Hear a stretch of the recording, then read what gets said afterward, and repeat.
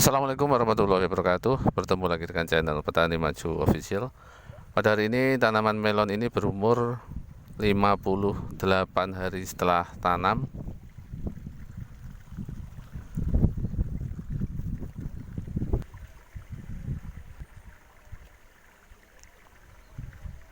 Sekitar 3 hari yang lalu, ya ini sekitar umur 55, sudah saya lakukan tes break. Tingkat kemanisannya masih 7. Jadi memang umur 55 masih belum waktunya. Nanti rencananya ini umur 63. Umur 63 baru akan dipanen. Bagi Anda yang belum subscribe, silahkan subscribe dulu, barangkali video-video yang saya sajikan bermanfaat buat Anda.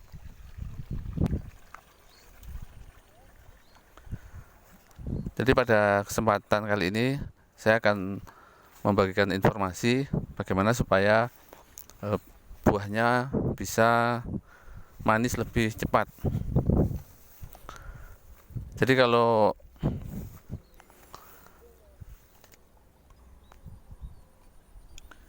buah umurnya cukup, itu sebenarnya nanti pasti akan manis dengan sendirinya, karena itu memang sudah genetiknya. Jadi kalau buah melon ketika usianya cukup, katakanlah 65, jadi 65 kondisi tanaman masih segar seperti ini, tidak layu, itu umumnya buahnya pasti manis dengan sendirinya, jadi tanpa diberikan pupuk tambahan lagi. Jadi dengan pupuk NPK, baik itu NPK Yaramila Unik, Yaramila Winner, kemudian DGW, kemudian Grower atau Mutiara, karena NPK itu sudah ada unsur K-nya yang untuk pemanis. Jadi buah akan manis asalkan umurnya cukup. Tapi ketika pohonnya misalnya bermasalah, pohonnya layu di umur 55 atau 58, maka otomatis buahnya belum manis. Jadi walaupun pupuknya lengkap, unsur K-nya cukup, tapi kalau pohonnya layu sebelum umur 60, biasanya breaknya tidak masuk. Jadi ini ada salah satu cara supaya breaknya ini cepat naik, atau kita lebih lebih aman. Jadi kalau kita pakai ini pure K namanya, ini kalium cair. Jadi ini unsur K yang cepat larut dan mudah diserap. Jadi ini bisa dikocor, bisa juga disemprot.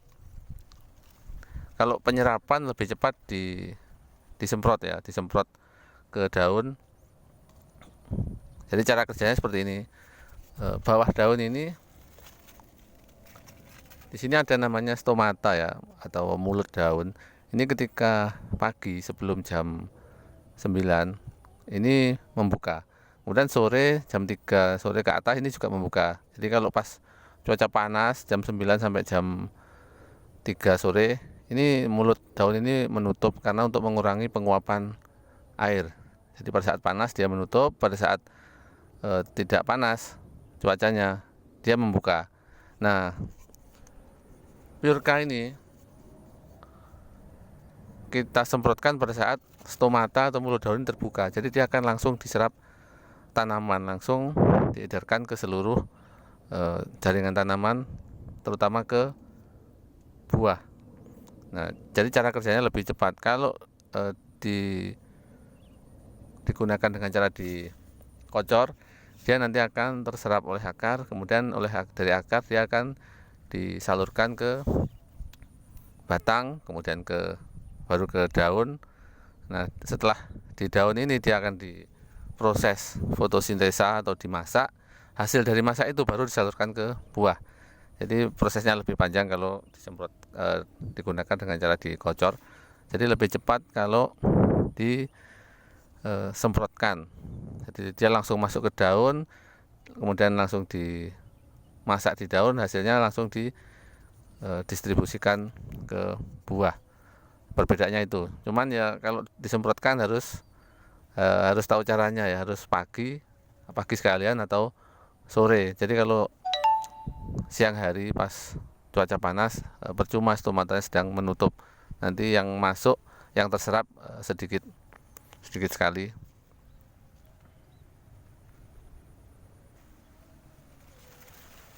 Jadi kalau kita ingin buah yang kita tanam ini bisa masuk standar supermarket, saran saya jangan lupa tambahkan Biurka.